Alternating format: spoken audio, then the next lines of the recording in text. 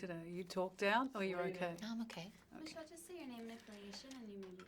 Yeah, Michelle Menelis, mindfood.com. Okay. What is it? Mindfood? Mind food. Yeah. Food for the mind. Oh, okay. Yeah. So not actually food. Not food. No, thinking. Yeah. Okay. It's Let's for, do it's it. for thinking Let's women. go. Yeah. Okay, I'm ready. All right. Are we ready? Yeah, you're rolling. Oh, okay, fine. Okay. As a mum, I thought it was really kind of disturbing watching this movie. And then I was thinking, but for you, being a mum, playing this kindergarten teacher, what was that like for you? Well, I am not interested in doing like disturbing work for the sake of it. I mean, that feels masochistic to me. Yeah. I think that there are some movies that are made to make the people watching them and the people making them say something is wrong right now and we have to change it. And that's what this movie is about. And I think it's very interesting because it'd be great, it'd be easy to watch if she were just a bad guy and if there were nothing about her that were relatable. Then you could just go like, she's a crazy teacher who does bad things. But instead, I think she's a real woman living a life in many ways that we all relate to. And I think that she's having an experience that many, many women right now are having, which is, I thought I was okay with what I had and what I was allowed to have, and actually I'm not. And yet for her, because she doesn't seem to have any friends, she doesn't have a husband who's able to see her. She doesn't have whatever you have, a therapist, a guide. She doesn't have anybody.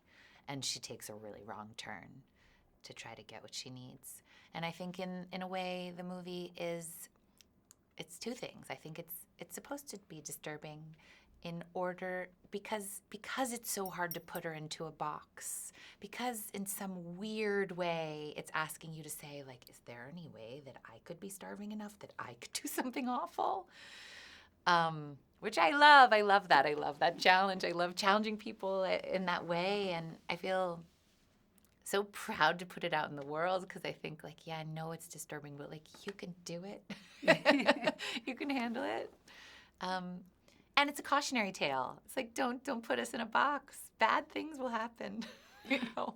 And also I wondered what it was like in the classroom scenes. And did you ever have any, I don't know, fantasies or whatever of being a kindergarten teacher? No. I mean, after you have kids, like, would you ever want to be a kindergarten teacher? No, that's out of the question. Like, one is enough at a time.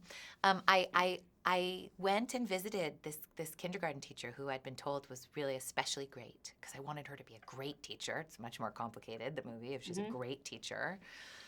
And I learned all sorts of kindergarten teacher stuff. Like, kids go like this when they have when they want to be like, me too, me too. This person's telling a story about a basketball. Oh, me too. And lots of things like that, little kindergarten teacher stuff. And I observed a lot in her classroom. And then we decided to shoot all the kindergarten teacher scenes as if they were in a real kindergarten. So I led the class as a kindergarten teacher, and we shot it documentary style. So that was kind of amazing and not easy. No, it doesn't look easy, but you did a great job. Also, you turned 40 last year. Everybody wants to talk about that. I know, well, I mean, it's a like, milestone. So true. what were the unexpected joys and unexpected challenges? You know, I feel like with anything, if you put the thought into it, like I started thinking about turning 40, I would say probably about a year before. I did a lot of thinking about it. I did a lot of exploring and considering, and so when I turned 40, I had kind of a great time. I was able to be there with my friends, and have the experience. And I think for me, it's been about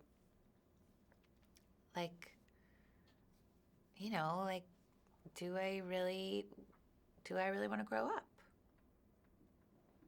And I see the women who have decided that they do.